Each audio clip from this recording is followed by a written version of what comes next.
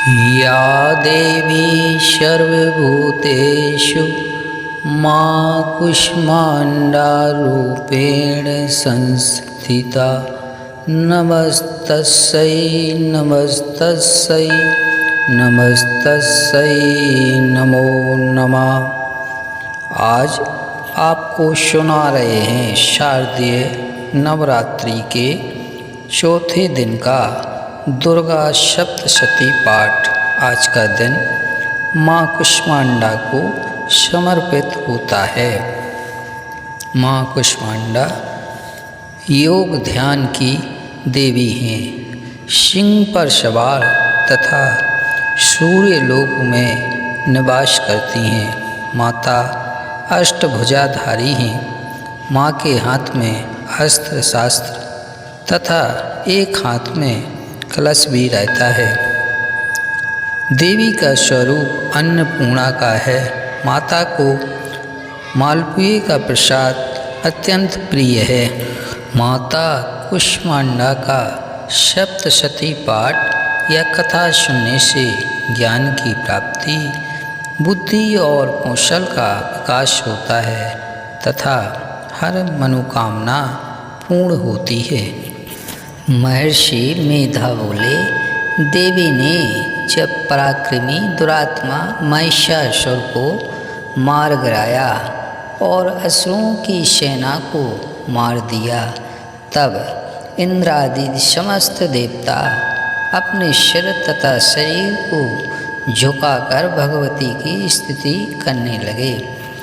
जिस देवी ने अपनी शक्ति से यह जगत व्याप्त किया है और जो संपूर्ण देवताओं महर्षियों की पूजनीय हैं, उस अंबिका को हम भक्ति पूर्वक नमस्कार करते हैं। वह हम सबका कल्याण करे। जिस अतुल प्रभाव और बल का वर्णन भगवान विष्णु, शंकर और ब्रह्मा जी भी नहीं कर सके, वह चंडिका देवी इस संपूर्ण जगत का पालन करे और अशुभ भय का नाश करे।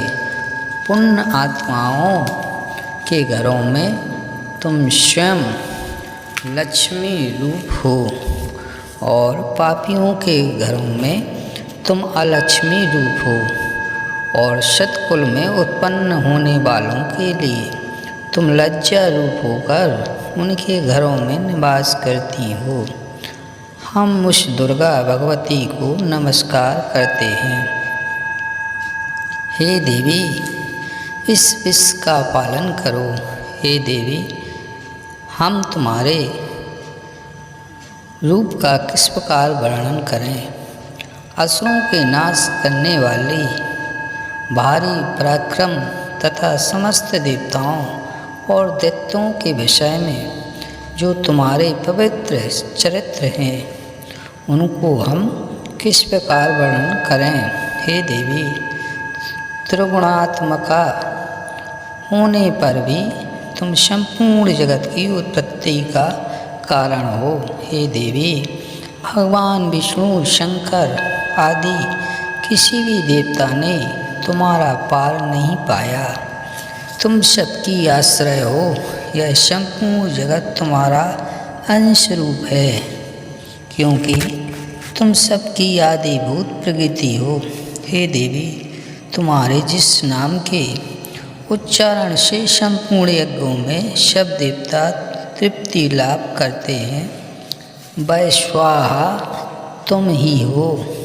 इसके अतिरिक्त तुम पितरों की तृप्ति का कारण हो, इसलिए सब आपको स्वथा कहते हैं। हे देवी, वह विद्या जो मोक्ष की देने वाली है, जो अचिन्त्य महाज्ञान स्वरूपा है, तत्वों के सार को वश में करने वाले, संपूर्ण दोषों को दूर करने वाले, मोक्ष की इच्छा वाले मुनिजन जिसका अभ्यास करते हैं, वह तुम ही हो। तुम वाणी रूप हो और दोष रहित ऋण तथा यजुर्वेदों की उद्गीत और सुंदर पदों के पाठ वाले सामवेद की आश्रय रूप हो। तुम भगवती हो। इस विश्व की उत्पत्ति एवं पालन के लिए तुम वार्ता के रूप में प्रकट हुई हो और तुम संपूर्ण संसार की पीड़ा हरने वाली हो। हे देवी, जिससे सारे शास्त्रों को जाना जाता है, वह मेधा शक्ति तुम ही हो और दुर्गम भव सागर के पार करने वाली नौका भी तुम ही हो। लक्ष्मी रूप से विष्णु भगवान के हृदय में निवास करने वाली और भगवान महादेव द्वारा सम्मानित गौरी देवी तुम ही हो। मंद मुस्कान करने वाले निर्मल पूर्णचंद्र बिंब के समान और उत्तम स्वर्ण की मनोहर क्रांति से कमनीय तुम्हारे मुख को देखकर भी महिषासुर क्रोध में भर गया।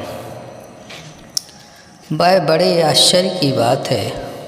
और हे देवी, तुम्हारे यही मुख जब क्रोध से भर गया तो उदय काल के चंद्रमा की भांति लाल हो गया और तनी हुई भौहों के कारण विकराल रूप हो गया। उसे देखकर भी महिषासुर के शीघ्र प्राण नहीं निकल गए।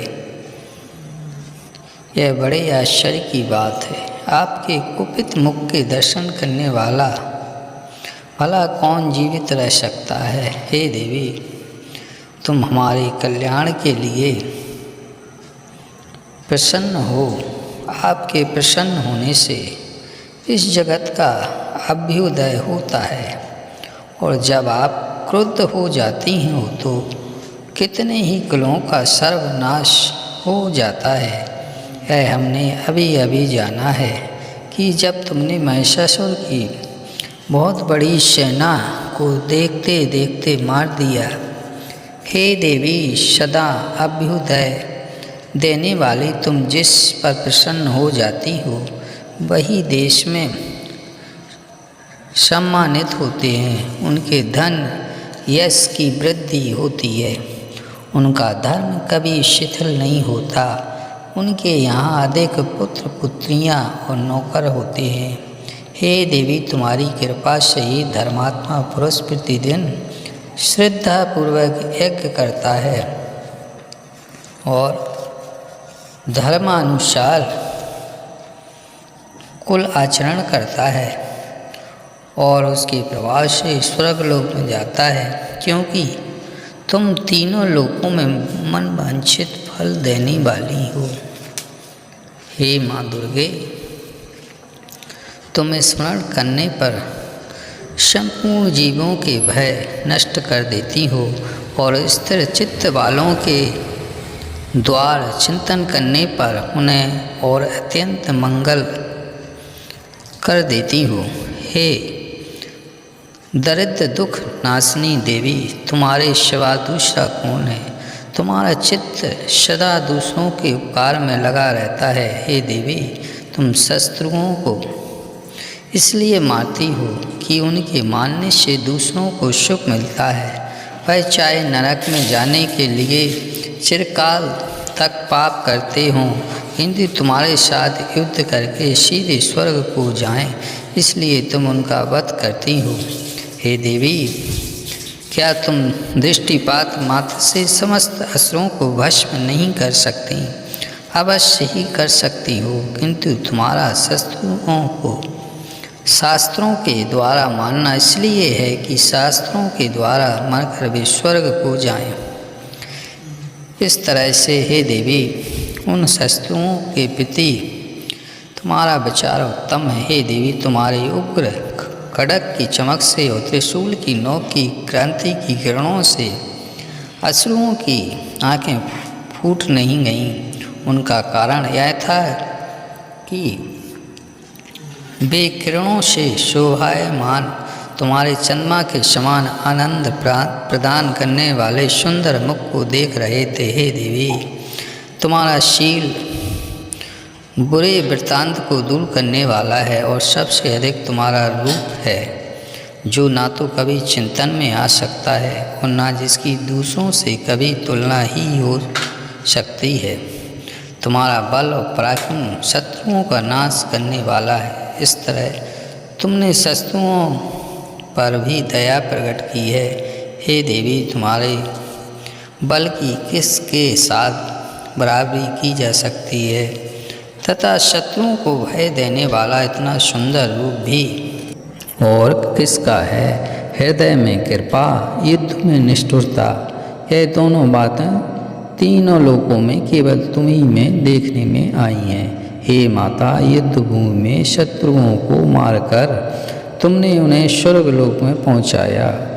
इस तरह तीनों लोकों की तुमने रक्षा की है तथा उन उन्मत्त असुरों से जो हमें भय था उनको भी तुमने दूर किया है। तुम्हारा हमारा नमस्कार है। हे देवी, तुम शूल तथा खड्ग से हमारी रक्षा करो तथा घंटे की ध्वनि और धनुष की टंकार से भी हमारी रक्षा करो। हे चंडिके, आप अपने शूल को घुमाकर पूर्व, पश्चिम, उत्तर, दक्षिण दिशा में हमारी रक्षा करो। तीनों लोक में जो तुम्हारे सौम्य रूप हैं तथा घोर रूप हैं, उनसे हमारी रक्षा करो तथा पृथ्वी की रक्षा करो। हे अंबिके, आपके कर पल्लवों में जो खड्ग, शूल और गदा आदि शस्त्र शोभा पा रहे हैं, उनसे हमारी रक्षा करो। महर्षि बोले कि इस प्रकार जब सब देवताओं ने जगत माता भगवती की स्तुति की और नंदन वन के पशुओं गंध अनुलेपनों द्वारा उनका पूजन किया, फिर सबने मिलकर जब सुगंधित और दिव्य धूपों द्वारा उनको सुगंधित निवेदन की, तब देवी ने प्रसन्न होकर कहा, हे देवताओं, तुम सब मुझसे मनवांछित वर मांगो। देवता बोले, हे भगवती, तुमने हमारा सब कुछ कार्य कर दिया है। अब हमारे लिए कुछ भी मांगना बाकी नहीं रहा, क्योंकि तुमने हमारे शत्रु महिषासुर को मार डाला है। हे महेश्वरी, तुम इस पर भी यदि हमें कोई वर देना चाहती हो तो बस इतना वर दो कि जब जब हम आपका स्मरण करें तब तब आप हमारी विपत्तियों को हरण करने के लिए हमें दर्शन दिया करो। हे अंबिके, जो तुम्हारी स्तुति करे तुम उनको वित्त, समृद्धि और वैभव देने के साथ ही उनके धन और स्त्री आदि संपत्ति बढ़ावें और सदा हम पर प्रसन्न रहें। महर्षि बोले, हे राजन, देवताओं ने जब जगत के लिए तथा अपने लिए इस प्रकार प्रश्न किया तो बस तथास्तु कहकर देवी अंतर्ध्यान हो गई। हे भूप, जिस प्रकार तीनों लोगों का हित चाहने वाली वह भगवती देवताओं के शरीर से उत्पन्न हुई थी, वह सारा वृत्तांत मैंने तुमसे कह दिया है। और इसके पश्चात दुष्ट आसुरों तथा शुम्भ निशुम्भ का वध करने और सब लोगों की रक्षा करने के लिए जिस प्रकार गौरी देवी के शरीर से उत्पन्न हुई थी, वह सारा वृत्तांत मैंने यथावत वर्णन करता हूँ।